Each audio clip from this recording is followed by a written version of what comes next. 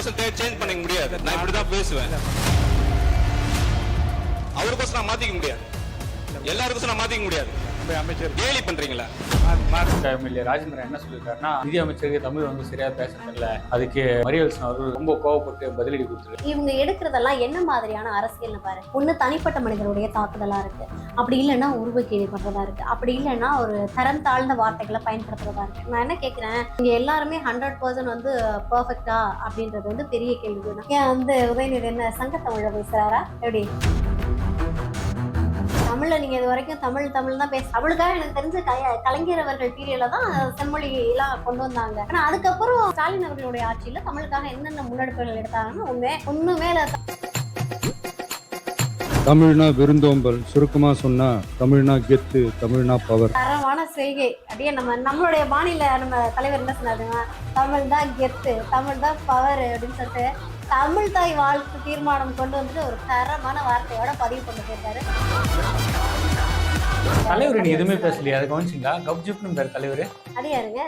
எதிர்கட்சி தலைவர். அப்படி சொல்லி தலைவர் எதுவும் பேசலன்னா இல்லங்க, வருங்கால தலைவருங்க. எதிர்கட்சியில எதிர்கட்சி தலைவர், வருங்கால திமுக தலைவர், எதிர்கட்சி தலைவரா? ஏன்னா அப்படிதான் இருக்கு அவங்க பண்றது எல்லாமே. உனக்கு எனக்கும் பகதான், பாம்பு தீண்டியே தீரும்.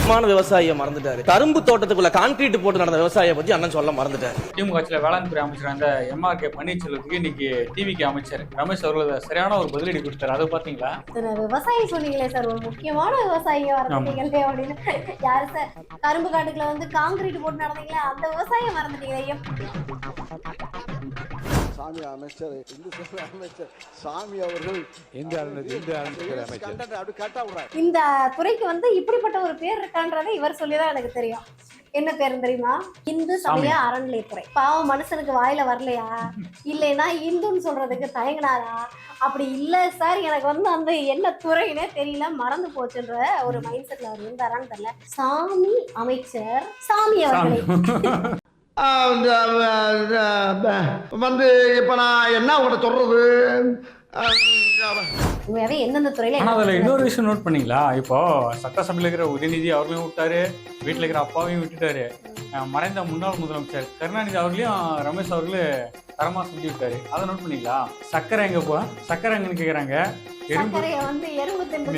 சாக்கு எங்க கேக்குறாங்க, அப்ப அதுல வந்த பணம் எங்க கேக்குறாங்க.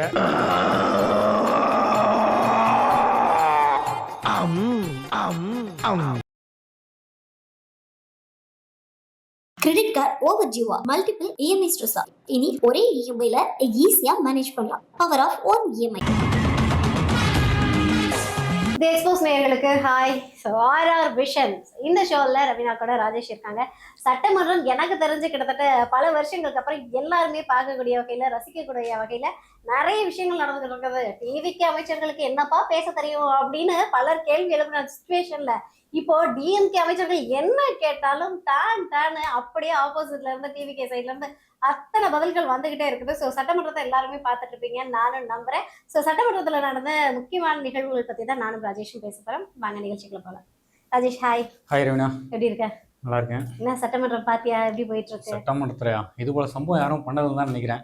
யாரடா சின்ன பசங்க சொன்னீங்கன்ட்டு இறங்கி செஞ்சு விட்டாங்க. இன்னைக்கு இது போல ஒரு விறுவிறுப்பான ஒரு சுறுசுறுப்பான சட்டமன்றத்தை யாருமே பார்த்துக்க மாட்டாங்க.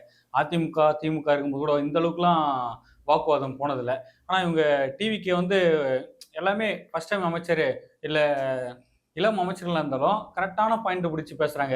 ஆனால் திமுக காரங்க தேவையில்லாம வாயை கொடுத்து மாட்டிக்கிறாங்க. நீங்க பாத்துருப்பீங்க நிறைய இடத்துல வாயை கொடுத்து ஆமா அது என்ன சொல்றது, முன்னாடி எல்லாம் பார்த்தோன்னா சட்டமன்றம் வந்து நிறைய தரக்குறைவான வார்த்தைகள் பேசினதா இருக்கட்டும், இல்லைன்னா அந்த கிழிச்சுக்கிறது, அடிச்சுக்கிறது, நாகரிகமற்ற முறையில நடந்துக்கிறது, இந்த மாதிரியான விஷயங்கள் நிறைய நடந்திருக்கு. ஆனா எனக்கு தெரிஞ்சு கலகலன்னு ஜாலியா வைபோட போற சட்டமன்றத்தை முதல் முறையா பாக்குறேன். மேபி அது விஜய் சார் உள்ள போனதுக்கு அப்புறமா விஜய் சாருக்காக மட்டும் இருக்கணும், இல்ல எல்லா அமைச்சர்களுமே தரமா சம்பவம் பண்ணிருக்காங்க.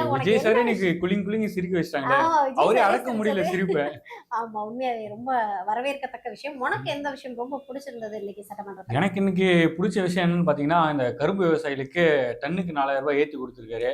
இது வரைக்கும் அதிமுகவும் பண்ணல, திமுகவும் பண்ணல. கடந்த காலங்கள்லாம் பார்த்தீங்கன்னா கரும்பு விவசாயிகள்லாம் ரொம்ப கதறிட்டு இருந்தாங்க. இதுக்காக பல கட்ட போராட்டங்கள்லாம் நடத்துனாங்க. ஆனால் அது யாரும் ஒரு முன்னெடுப்பு எடுக்கல. இவங்க வந்ததும் எல்லா திட்டத்தையும் நல்லாவே செயல்படுத்துறாங்கன்னு தான் சொல்லலாம். கரும்பு விவசாயிக்கு 4000 ரூபாய் ஏற்றி கொடுத்துருக்காங்க.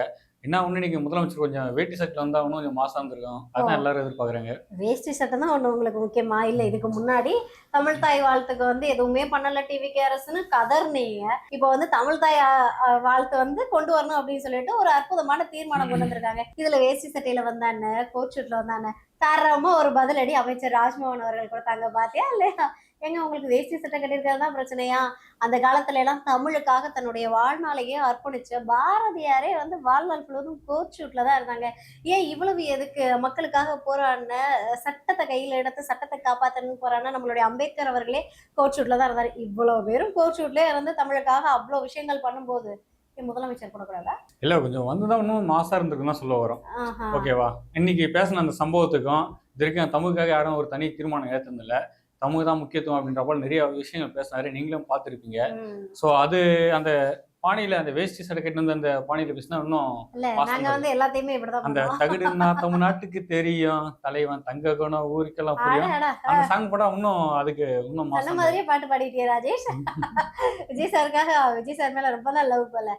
லவ்ன்றதுல அந்த கனெக்ட் பண்ணி பார்த்தா நல்லா இருக்கும். அந்த பாட்டுக்கும் அந்த சீனுக்கும் நல்லா இருக்கும். இங்க பாரு, தமிழ்ல நீங்க இது வரைக்கும் தமிழ் தான் பேசுறீங்க. இது வரைக்கும் எத்தனை பேர் நீங்க வந்து தமிழுக்காக எனக்கு தெரிஞ்ச கலைஞர் அவர்கள் பீரியட்ல தான் செம்மொழி எல்லாம் கொண்டு வந்தாங்க. ஆனா அதுக்கப்புறம் ஸ்டாலின் அவர்களுடைய ஆட்சியில தமிழுக்காக என்னென்ன முன்னெடுப்புகள் எடுத்தாங்கன்னா உண்மை இப்ப சட்டமன்றத்துல இருக்கவங்க எடுத்து வேணா பேசினா நல்லா இருக்கும். ஒண்ணுமே தரமான செய்கை. அப்படியே நம்மளுடைய மாநில நம்ம தலைவர் என்ன சொன்னாரு, தமிழ் தான் கெத்து, தமிழ் தான் பவர் அப்படின்னு சொல்லிட்டு தமிழ் தாய் வாழ்த்து தீர்மானம் கொண்டு வந்துட்டு ஒரு தரமான வார்த்தையோட பதிவு கொண்டு போயிருக்காரு. ஸோ இதுக்கு மேல வந்து தமிழ் வந்து எந்த அளவுக்கு பவரா எல்லார்கிட்டையும் போய் ரீச் ஆகும் அப்படின்றத இனிமே பொறுத்திருந்து பாரு. Wait and watch. கண்டிப்பா.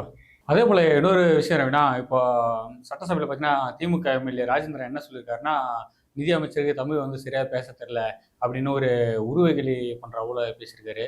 அதுக்கு மரியல்சன் அவர்கள் ரொம்ப கோவப்பட்டு பதிலடி கொடுத்துருக்காரு. அதை பார்த்தீங்களா? பார்த்தனே, ஏன் பார்க்கல? இது அதாவது முன்னாடியெல்லாம் உருவ கேலி தான் பண்ணுவாங்க. இப்போ வந்து மொழியை கேலி பண்ண ஆரம்பிச்சிருக்காங்க. இவங்க எடுக்கிறதெல்லாம் என்ன மாதிரியான அரசியல்னு பாரு. ஒன்று தனிப்பட்ட மனிதனுடைய தாக்குதலாக இருக்கு, அப்படி இல்லைன்னா உருவ கேலி பண்ணுறதா இருக்கு, அப்படி இல்லைன்னா ஒரு தரம் தாழ்ந்த வார்த்தைகளை பயன்படுத்துறதா இருக்கு. நான் என்ன கேட்குறேன், அவங்க வந்து மரிய வில்சன் அவர்கள் வந்து படித்தது ஒரு இதில் படிச்சிருக்காங்க. அப்படின்றப்போ அவங்களுக்கு தெரிஞ்ச விஷயத்த வச்சு அவங்க வந்து அவங்க சட்டசபையில் வந்து பேசுகிறாங்க. அவங்க பேசின வார்த்தையில் ஏதாவது தவறான வார்த்தை இருந்துச்சா, தரக்குறைவான வார்த்தை இருந்துச்சா, இல்லை அவங்க பிழையா பேசினா கூட அந்த வார்த்தையை திரும்ப வந்து கரெக்ட் பண்ணிக்கிறாங்க இல்லையா? ஸோ இங்கே எல்லாருமே 100% வந்து பர்ஃபெக்டா அப்படின்றது வந்து பெரிய கேள்விக்கு தான். ஏன் வந்து உதயநிதி என்ன சங்கத்தமிழை பேசுறாரா எப்படி? இது நான் சொல்லலை, அங்கே சட்டமன்றத்திலேயே வந்து எந்திரிச்சு ராஜ்மோகன் அவர்கள் வந்து பதிலடி கொடுத்துட்டாங்க. பிடிஆர் பழனிவேல் தியாகராஜன் அவர்களுமே வந்து முந்தைய காலங்களில் நம்ம பார்த்துருப்போம் இல்லையா? ஸோ அவங்களுக்குமே வந்து இங்கிலீஷ் தான் அதிகமாக தெரியும். ஆனால் அவங்க வந்து சட்டசபையில் வந்து நிதி அறிக்கை தாக்கல் பண்ணுறாங்க அப்படின்னா மோஸ்ட்லி வந்து ஆங்கிலம் கலந்த தமிழோட சேர்த்து தான் அவங்க வந்து வாசிப்பாங்க. ஏன் அப்போ இருக்க திமுக உங்களுக்குலாம் வந்து தமிழ் மேல இருந்த பற்று எங்கே போச்சு? அப்போ வந்து பேசியிருக்கலாம்ல, நிதியமைச்சரா நீங்கள் வந்து இந்த மாதிரி எல்லாம் பேசக்கூடாது, தமிழ்ல தான் பேசணும் அப்படின்னு செம்மொழி தமிழ் கற்றுக் கொடுத்துருக்க வேண்டியது தானே. ஏன் கற்றுக் கொடுக்கல? அந்த இடத்துல வந்து அந்த ஒரு விஷயத்தை தவிர்ச்சிடலாம், அந்த கேலி பண்ற விஷயத்தை தவிர்ச்சிடலாம். ஏன்னா எல்லாருக்குமே அந்த தமிழ்ன்றது சரளமா வருமா என்ன தெரியும். ஒரு சிலருக்கு திக்கும், ஒரு சிலருக்கு தடுமாறும். ஸோ அந்த இடத்துல அது தேவையில்லாத ஒரு விஷயம் தான். மற்றபடி ஜென்ரலா எடுத்து சொல்லலாம். மற்ற ஆட்சியில் குறைகள் இருந்தால் இல்லை வேற எதனா இருந்தால் எடுத்து சொல்லலாம். அந்த இடத்த அதை கொஞ்சம் தவிர்த்து தான் நல்லது. அவங்களுக்கு வந்து கொள்கை ரீதியான தாக்குதல் எப்பவுமே வைக்க தெரியாது. நான் தான் சொன்னல, பர்சனலான அட்டாக்ஸ் எல்லாம் நிறைய வைப்பாங்க. ஏன்னா அதுக்கு பதிலடி கொடுக்குற விதமா தான் இன்னைக்கு வந்து செம்மையா டென்ஷன் ஆயிட்டாங்க. தலைவர் நீங்க எதுவுமே பேசலையா? அதை கவனிச்சிங்களா? கப்ஜிப்னு இருந்தாரு தலைவர். அது யாருங்க? அப்படி சொல்லு. தலைவர் எதுவும் பேசலன்னா தலைவர் அங்க ஜாலியா வைப் பண்ணிட்டு தான் இருந்தாரு. எல்லாரும் பேசுனதை பார்த்து பயங்கரமா சிரிச்சிட்டு இருந்தாரு. இல்லங்க, வருங்கால தலைவருங்க, எதிர்கட்சி எதிர்கட்சி தலைவர், வருங்கால திமுக தலைவர், எதிர்கட்சி தலைவரா? ஏன்னா அப்படிதான் இருக்கு அவங்க பண்றது எல்லாமே. அவ்வளோ திமுக வந்து விவசாயிகளுக்காக எதுவும் பண்ணிட்டீங்க. ஏன் அவங்க அவ்வளவு நல்ல திட்டங்கள்லாம் பண்ணாங்க, அதெல்லாம் ஏன் பேச மாட்டீங்க? திமுக நல்ல திட்டம் பண்ணுச்சா? என்ன நல்ல திட்டம் பண்ணுச்சு? ஏதாவது ஒரு 4 நல்ல திட்டத்தை சொல்லுங்களேன். நீங்க பண்றதெல்லாம், நீங்க டிவிகேல இருந்து அமித்ஷா எந்திரிச்சு பேசும்போது ஒரு விஷயத்த சொல்றாரு. என்ன அப்படின்னா, இது வரைக்கும் அதாவது ஒவ்வொரு ஊருக்கும் ஒவ்வொரு ஸ்பெஷல் இருக்கும். அதே போல மணப்பாறைக்கு ஸ்பெஷல் பாத்தீங்க அப்படின்னா முறுக்கு தான். அந்த முறுக்குக்கே எதுவும் பண்ணலங்க. அவர் வந்து ரொம்ப அழகா சொல்லிட்டு போயிட்டாரு, எங்க மணப்பாறையில வந்து முறுக்கு தாங்க ஸ்பெஷல், அந்த முறுக்குக்கே ஒண்ணும் கொடுக்காம அதிகமா எங்க மணப்பாறைக்கு வந்து அல்வா தான் கொடுத்துருக்கீங்க அப்படின்னு. திமுக ஆட்சியில முக்காவாசி கொடுத்தது மணப்பாறைக்கு மட்டும் இல்ல, பல இடங்களுக்கு, பல விவசாயிகளா இருக்கட்டும், இல்லைன்னா செவிலியர் போராட்டமா இருக்கட்டும், நீங்க அதுக்கப்புறம் பாத்தீங்கன்னா ஆசிரியர் போராட்டமா இருக்கட்டும், இந்த மாதிரி பல்வேறு போராட்டம் நடந்த காலகட்டத்துல யாருக்குமே எதுவுமே செய்யாம அவங்க அல்வா கொடுத்ததுதான் மிச்சம். சரி, இந்த நெல்லுக்கான கொள்முதல் விலை இருக்குல்ல, அதை கூட்டி கொடுத்தாங்களா, இல்ல கரும்புக்கான கொள்முதல் விலையை கூட்டி கொடுத்தாங்களா? இவ்வளவு ஏன் அவங்களுடைய தேர்தல் அறிக்கைன்னு ஒண்ணு கொடுத்தாங்களா, அந்த தேர்தல் அறிக்கையில எங்கேயாவது விவசாய கடன் ரத்து அப்படின்னு ஏதாவது கொடுத்திருந்ததா? அதை வந்து அவங்களுடைய முன்னாள் அமைச்சரே எந்திரிச்சு சொல்றாரு, நாங்க வந்து பார்த்து தேர்தல் அறிக்கையை தயாரிச்சோம், ஆனா அதுல வந்து விவசாய கடன் தள்ளுபடி நாங்க எந்த இடத்துலயும் கொடுக்கவே இல்லை, கொடுத்த தாவேக்கா அரசு என்ன பண்ணியிருக்குது, நிறைவேற்றி இருக்கிறா அப்படின்னு ஒரு கேள்வி கேட்கிறாரு. அதுக்கு சூப்பரா ஒருத்தர் எந்திரிச்சு பதிலடி கொடுத்தாரு நம்மளுடைய ஆதவ அர்ஜுனா அவர்கள். எங்க என்னங்க பண்ணல விவசாயிகளுக்காக, பரந்தூர் விவசாயிகளுக்காக, அதாவது விஜய் சார் பண்ண முதல் அவருடைய குரல், அரசியலுக்கு வர்றதுக்கு முன்னாடியே அவர் கொடுத்த முதல் குரல் யாருக்கு அப்படின்னு கேட்டா ஸோ முன்னாடி பாத்தீங்கன்னா 2014 நினைக்கிறேன். ஸோ அப்போ வந்து மீனவர்களுக்காக போராட்டம் பண்ணாரு விஜய் சார். ஸோ அதுக்கப்புறம் பாத்தீங்க அப்படின்னா பரந்தூர் தான் அவருடைய முதல் என்ட்ரி. அங்க போயிட்டு விவசாயிகளுக்கு நான் என்னுடைய உயிர் உள்ள வரைக்கும் நான் விவசாயிகளுக்கு துணையா நிற்பேன் அப்படின்னு சொல்லிட்டு அவங்களுக்கு வாக்கு கொடுத்துட்டு அவங்க கிட்ட பார்த்துட்டு பேசிட்டு வராரு. ஸோ கடைசி நீங்க பாத்தீங்கன்னா தஞ்சாவூர்லயும் போய் பேசியிருப்பாரு, திருவாரூர்ல பேசியிருப்பாரு. ஒவ்வொரு இடத்துக்கும் போய் விவசாயிகளோட பிரச்சனை என்ன எல்லாத்தையும் கேட்டு அந்த தேர்தல் அறிக்கையில வந்து நான் வந்து விவசாய கடனை நான் தள்ளுபடி பண்றேன் அப்படின்னு சொல்லிட்டு தேர்தல் அறிக்கையில துணிச்சலா கொடுத்துருக்காங்க. ஏன் இதுல என்ன சிக்கல் இருக்கு அப்படின்னா, ஸோ விவசாய கடன் இருக்குல்லையா, விவசாய கடன் வந்து பேங்க் ஏத்துக்காது. நீங்க வந்து தள்ளுபடி பண்ணீங்கன்னா அதை நாங்க ஏத்துக்க மாட்டோம், அரசு தான் ஏத்துக்கணும் அப்படின்ற ஒரு சுச்சுவேஷனாலதான் திமுக அரசு என்ன பண்ணிடுச்சுன்னா கல்டகச்சு நைசா, அப்பாடி அரசு தலையில இவ்வளவு பெரிய கடனா எப்படிங்க கடந்தாச்சுல அவங்க வாக்குறுதி கொடுத்தாங்க போல, விவசாய கடன் தள்ளுபடி வாக்குறுதி கொடுத்தாங்க. ஏன்னா கனிமொழி பேசுற ஒரு வீடியோ வந்து இப்போ வைரல் ஆயிட்டு இருக்கு.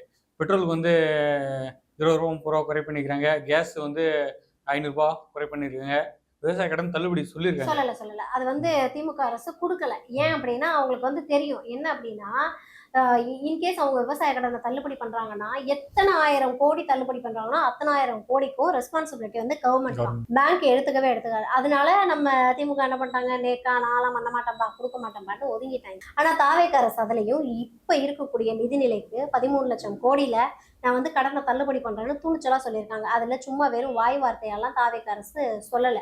அதுல வந்து அவங்க வந்த உடனே வந்து 5932 கோடி விவசாய கடனை வந்து தள்ளுபடி பண்ணியிருக்காரு. ஏன்னா வந்த உடனே வந்து ஒரு குறிப்பிட்ட அமௌண்ட் சொல்லி நான் வந்து அதை தள்ளுபடி பண்றேன் அப்படின்னு சொல்லிட்டு ஒட்டு மொத்தமா விவசாயிகளுக்காக 5932 கோடியை தள்ளுபடி பண்ணியிருக்காங்க. பண்ணலைன்னா எல்லாத்தையும் ஸ்டெப் பை ஸ்டெப்பாக தான் பண்ண முடியும். ஆட்சிக்கு வந்து 3 மாசம் தான் ஆகுது. அந்த 3 மாசத்துல 5932 கோடி, கிட்டத்தட்ட 6000 கோடி தள்ளுபடி பண்ணியிருக்கிறது அப்படின்றதே உண்மையாவே வரவேற்கத்தக்க விஷயம், பாராட்டக்கூடிய ஒரு விஷயம். இன்னும் முழுசா தள்ளுபடி பண்ணலைன்னா நீங்க வந்து சுருட்டின காசு எல்லாத்தையுமே வந்து மக்களுக்காக பண்ணியிருந்தீங்கன்னா இன்னைக்கு இவ்வளவு கடன் இருந்திருக்காது. இவங்க கொடுத்த இந்த அறிவிப்பு இருக்கு இல்லையா, தேர்தல் அறிவிப்பு, அது எல்லாத்தையும் ஸ்டெப் பை ஸ்டெப்பா அழகா அவங்க பண்ணியிருந்திருப்பாங்க. ரவீனா, இன்னொரு விஷயம் பாத்தீங்கன்னா, கடந்த ஆட்சியில திமுக ஆட்சியில வேளாண் துறை அமைச்சர் அந்த MRK பன்னீர்செல்வத்துக்கு இன்னைக்கு டிவிக்கு அமைச்சர் ரமேஷ் அவர்கள் சரியான ஒரு பதிலடி கொடுத்தாரு. அதை பாத்தீங்களா? எப்படி, அதாவது வந்து எனக்கு செம்ம சிரிப்பு தான் வந்துச்சு. அவர் வந்து முன்னாள் அமைச்சரா இருந்திருக்காரு, அப்ப கொஞ்சமாவது பொறுப்போட பேசணும். ஆனா இன்னைக்கு அவர் தான் எனக்கு தெரிஞ்ச ஹைலைட்னே நினைக்கிறேன். ஏன்னா அவர் பேச அங்க உட்காந்துட்டு முதலமைச்சர் சிரிச்சுக்கிட்டு இருந்தாருங்க. நீங்க இத்தனை விவசாயி சொன்னீங்களே சார், ஒரு முக்கியமான விவசாயிங்க வரீங்களே அப்படின்னு.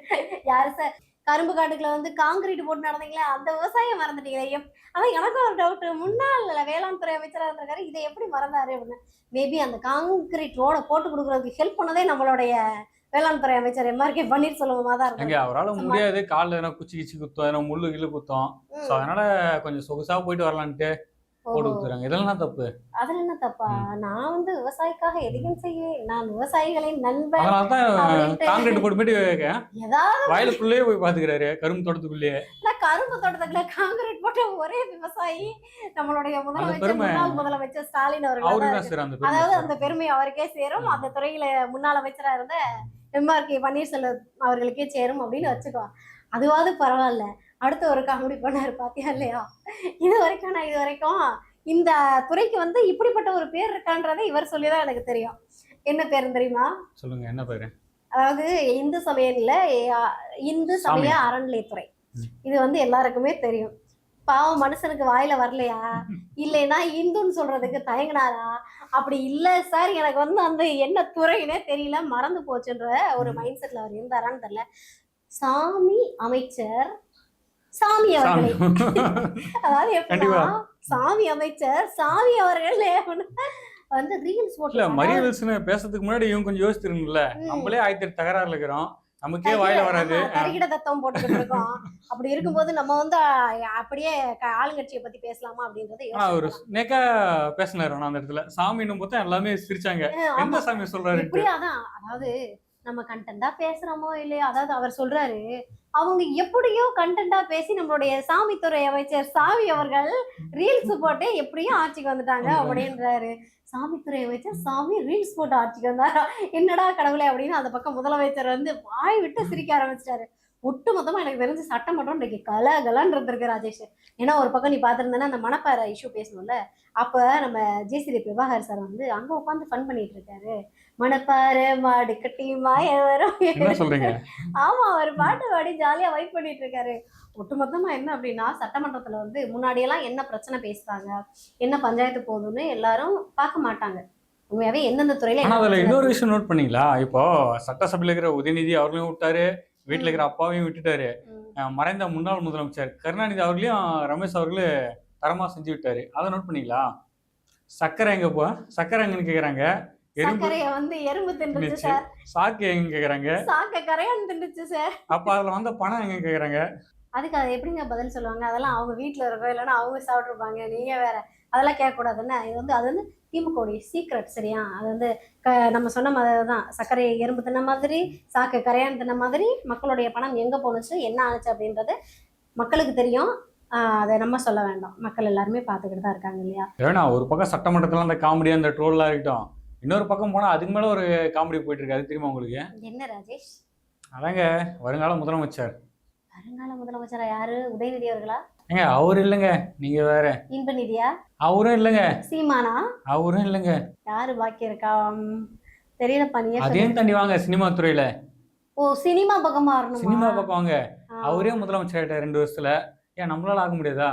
அப்படின்னு நம்மளுடைய தனுஷ் சார் வந்து களத்துல இறங்கி இருக்காரு.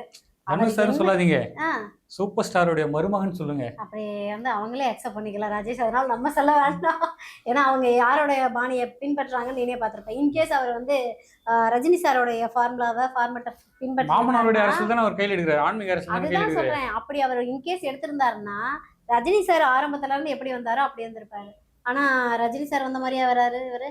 ஆனா இவர் போற இடத்துல விஜய் ஓம் சார் வர நமச்சிவாயன்றாரு. மாதிரியே இல்ல ஓம் நமச்சிவாயன்றாரு, எண்ணம் போல் வாழ்க்கை ஜெயின்றாரு, எண்ணம் போல் வாழ்க்கையில் எண்ணம் போல் தான் வாழ்க்கைன்றாரு. இல்ல அது வந்து அவங்க மேபி அவங்க கிட்ட இருந்து யூஸ் பண்ற வேர்ட்ஸா இருக்கலாம். நான் என்ன சொல்றேன்னா இவர் வந்து சினிமால இருந்து வந்து விஜய் சார் நம்பிக்கை இருங்க வெற்றி நிச்சயம் சொல்லிட்டாருங்களா?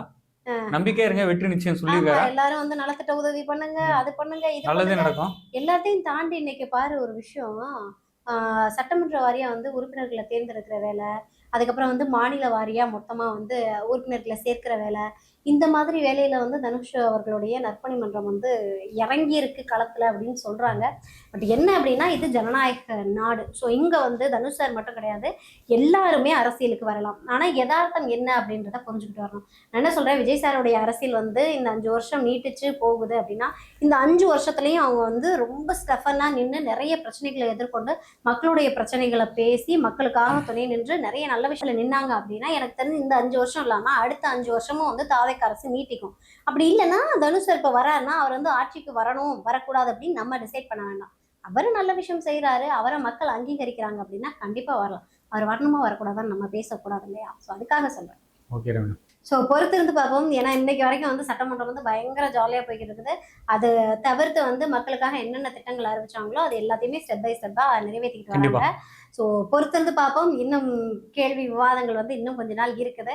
இதுல வந்து என்னென்ன மாதிரியான விஷயங்கள் நடக்குது அப்படின்றத தொடர்ந்து நம்ம ஏர்ல கொடுக்கலாம். ஸோ இப்போ நான் போயிட்டு வரலாமா? Okay, bye bye. Credit card over ஜிவா மல்டிபிள் இஎம்ஐ ஸ்ட்ரெஸ். இனி ஒரே இஎம்ஐல ஈஸியா மேனேஜ் பண்ணலாம். Power of one EMI.